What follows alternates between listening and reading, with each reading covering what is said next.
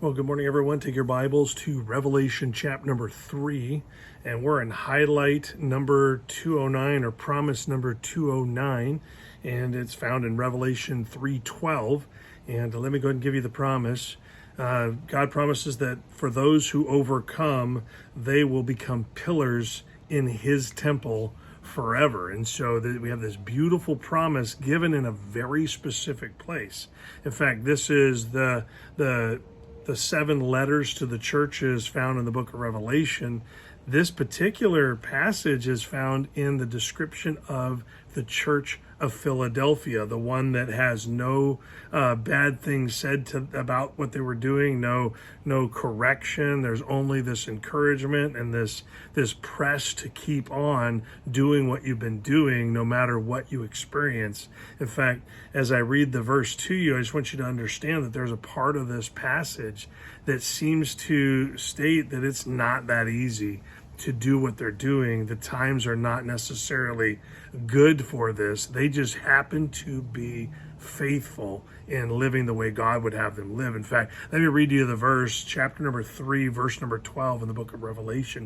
It says this, it says, "Him that overcometh will I make a pillar in the temple of my God, and he shall go no more out, and I will write upon him the name of my God and the name of the city of my God, which is New Jerusalem, which cometh down out of heaven from God, and I will write upon him my new name." And so there's this, you are the ones that are staying faithful, and so you're going to get a special commendation. What a powerful thought. I mean, think about it. This promise is given to those who are already loving God and loving others, and there's that hold on, stay at it. So the promise is both an encouragement, and it's all working, it's all about working a work for God's kingdom, but it's also helping us stay faithful. So here's the promise is encouraging us, but it's also helping us. Something we can learn from this passage, that those who honor the Lord have some kind of reward coming, because God always blesses those who obey him. But listen to this, but also just knowing that our approach to life is Christ honoring and pleasing should be an encouragement. Knowing that we're doing it the way he's asked us to do it, no matter what we see, no matter what the world around us says, no matter how much pressure, no matter how much suffering that goes with it, we are to remain faithful. We're supposed to stay the course. What we see today is most people are being distracted from the course. They're not even being pressured off course. They're just being offered things that seem like a better offer. They're choosing a path that is more about what they would rather do. And so think about that. Our flesh would rather do things that are pleasing to it. But God is saying, if you'll stay my course, no matter how hard, no matter how different, no matter how opposite it is of what you would want to do with your life, God says that if you'll honor me, I will honor you.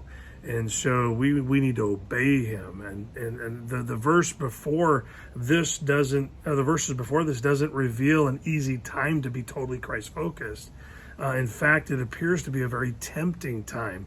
But if we will stay the course, if we will stay focused on our mission, see, that's the key. I think that people think that as long as I don't cuss, as long as I have a nice personality and I try to be kind to people and compassionate from time to time, that I've made it to the good stuff, like I'm a good person.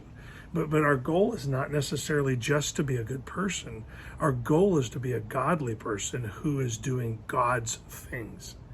Most believers today are doing their own thing, but they're just doing it in a nice way.